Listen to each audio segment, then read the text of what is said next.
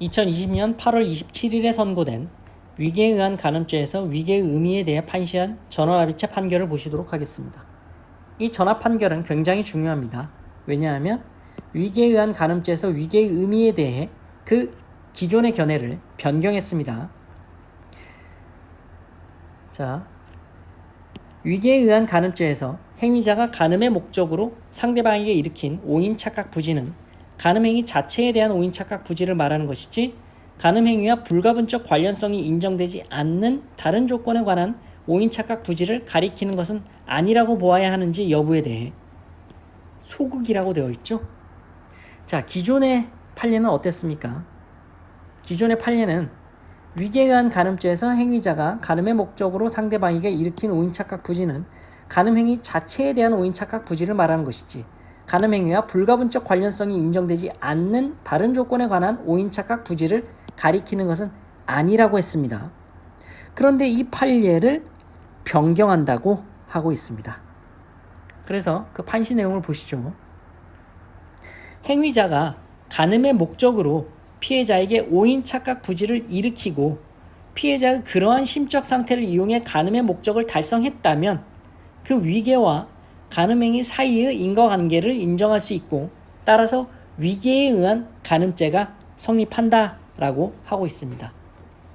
즉, 행위자가 간음의 목적으로 위계를 써서 오인 착각 부지를 일으키고 결국 그런 상태를 이용해서 간음을 했다면 그 오인 착각 부지가 간음행위 자체에 대한 것인지 아니면 간음행위와 불가분적 관련성이 인정되지 않는 다른 조건에 관한 것인지는 묻지 않는다라는 것입니다.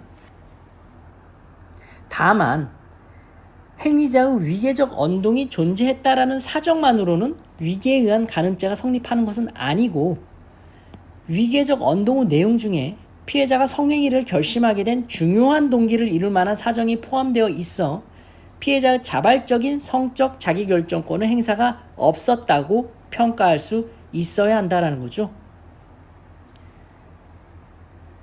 즉, 행위자가 간음의 목적으로 위계를 해서 오인 착각 부지를 일으켰는데 그 오인 착각 부지가 간음행위 자체에 대한 것인지 간음행위와 불가분적 관련성이 인정되지 않는 다른 조건에 관한 것인지는 묻지는 않지만 그 위계는 최소한 피해자가 성행위를 결심하게 된 중요한 동기를 이룰 만한 사정이 포함되어 있어 피해자의 자발적인 성적 자기결정권의 행사가 없었다고 평가할 수 있어야 한다라는 거죠.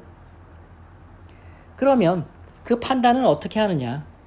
성적 자기결정 능력은 그 나이, 성장 과정, 환경, 지능 내지 정신기능 장애의 정도에 따라 개인별로 차이가 있으므로 위계에 해당하는지 여부를 판단할 때에는 구체적인 범행 상황에 놓인 피해자의 입장과 관점이 충분히 고려되어야 하고 일반적 평균적 판단 능력을 갖춘 성인 또는 충분한 보호와 교육을 받은 또래의 시각에서 인과관계를 쉽사리 부정해서는 안 된다라는 것입니다.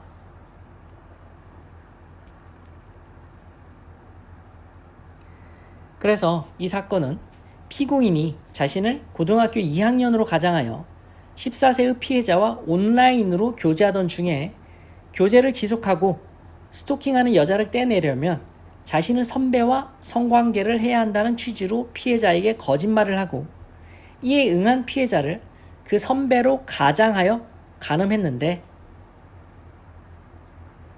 자, 원심은 기존 판례의 태도대로 위계에 의한 간음죄에서 행위자가 간음 목적으로 상대방에게 일으킨 오인 착각 부지는 간음행위 자체에 대한 오인 착각 부지를 말하는 것이라며 공소사실을 무죄로 판단했지만 행위자가 간음의 목적으로 피해자에게 오인 착각 부지를 일으키고 피해자가 그러한 심적 상태를 이용해 간음의 목적을 달성했다면 위계와 간음행위 사이의 인과관계를 인정할 수 있다.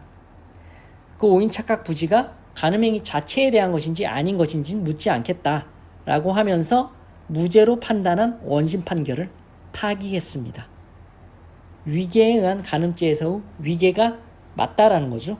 위계에 의한 간음죄 유죄이다. 자, 이 전원합의체 판결의 내용에 대해서는 숙지를 해두시기 바랍니다. 마치겠습니다.